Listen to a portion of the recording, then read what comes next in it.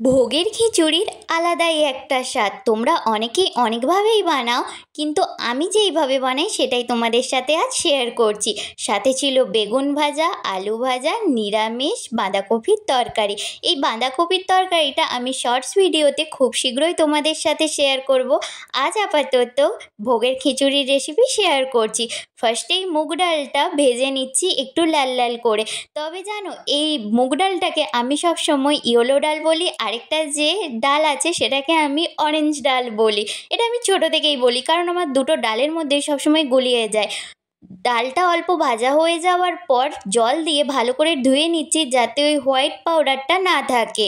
এরপরে নুন আর হলুদ দিয়ে ডালটা সেদ্ধ করে নিচ্ছি। তবে দেখো, খুব বেশি কিন্তু একদম সেদ্ধ করিনি, হালকা হাতে চিপ দিলেই যাতে পুরো ঘাঁটা হয়ে যাচ্ছে সেই অনুযায়ী সেদ্ধ করেছি। এই ডালটা আগে থেকে সেদ্ধ করে নিলে খেতে বেশ ভালো লাগে, তবে তোমরা চাইলে এমনি ডাইরেক্ট কড়াতেও সেদ্ধ করে নিতে পারো।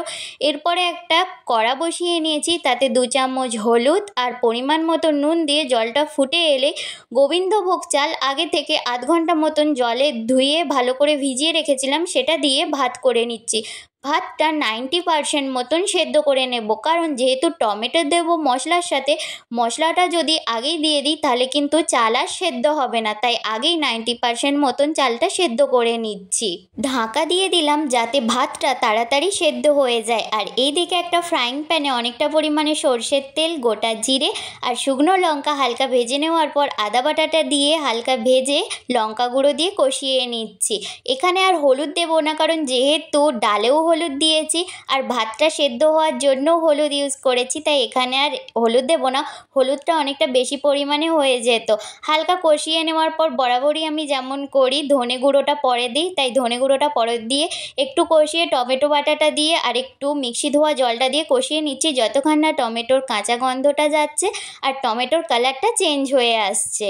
মশলাটা প্রায় কষানোই হয়ে গিয়েছে, আর একটু কষাতে হবে, তাই এদিকে মশলাটা কষাতে দিয়ে ওইদিকে ঢাকনাটা খুলে দেখছি ভাতটা সেদ্ধ হয়ে গিয়েছে কিনা। দেখি 90% ভাতটা সেদ্ধ হয়ে গিয়েছে, কিন্তু কড়াটা ছোট হয়ে গিয়েছে। তাই ভাবলাম এই কড়াটাতে তো একদমই হবে না, কারণ ডালটা দেওয়ার পর আরও বেশি যেন কড়াটা উপচে যাচ্ছিল। আর এত বেশি তো চাপ করলে যখন খিচুড়িটা ঠান্ডা হয়ে যাবে তখন তো আরও বেশি একদম চাপ হয়ে ডেলা ডেলা পাকিয়ে যেত। তাই ভাবলাম দুটো জায়গায় আধা আধা করে নিলে আমারই করতে সুবিধে হবে। তাই ডালটা মিশিয়ে নেওয়ার পর দুটো জায়গায় আধা আধা করে অল্প পরিমাণে জল দিয়ে খিচুড়িটা পাতলা করে নিয়েছি। খিচুড়িটা কিন্তু এইরকম পাতলাই রাখতে হবে, না হলে ঠান্ডা হলে একদম চাপ হয়ে ডেলা পাকিয়ে যাবে।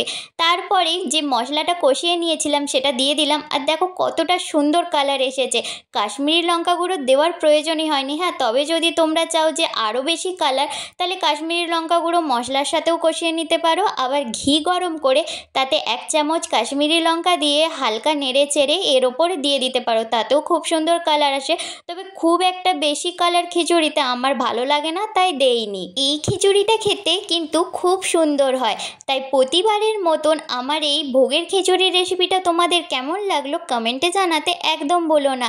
অনেকটা পরিমাণে ঘি গরম করে তাতে কাজু কিশমিশগুলো লাল লাল করে ভেজে খিচুড়িটার ওপর দিয়ে দিলাম, আর স্বাদের জন্য পরিমাণ মতন চিনি দিয়ে কন্টিনিউয়াসলি আবার 3-4 মিনিট মতন একটু নেড়ে নিচ্ছি। তবে হ্যাঁ, গ্যাস অন থাকলে খিচুড়ি কিন্তু কন্টিনিউয়াসলি নাড়তে থাকবে, নাহলে কড়াইতে খিচুড়ি লেগে যাবে। এই রকম একটা পাতলা টেক্সচার রেখেই আমি কিন্তু নামিয়ে নিচ্ছি, কারণ আগেই বলেছি এর থেকে বেশি গাঢ় করে নিলে সেটা ঠান্ডা হওয়ার সাথে সাথেই অনেকটা পরিমাণে চাপ হয়ে ডালা পাকিয়ে যাবে। আর এই রকম একটা টেক্সচার রাখলে যতই ঠান্ডা হোক না কেন খিচুড়ি কিন্তু একদম চাপ হয়ে ডালা পাকিয়ে যাবে না। আমার এই রেসিপিগুলো তোমাদের ভালো লাগলে চ্যানেলটা সাবস্ক্রাইব করে পাশে থেকো।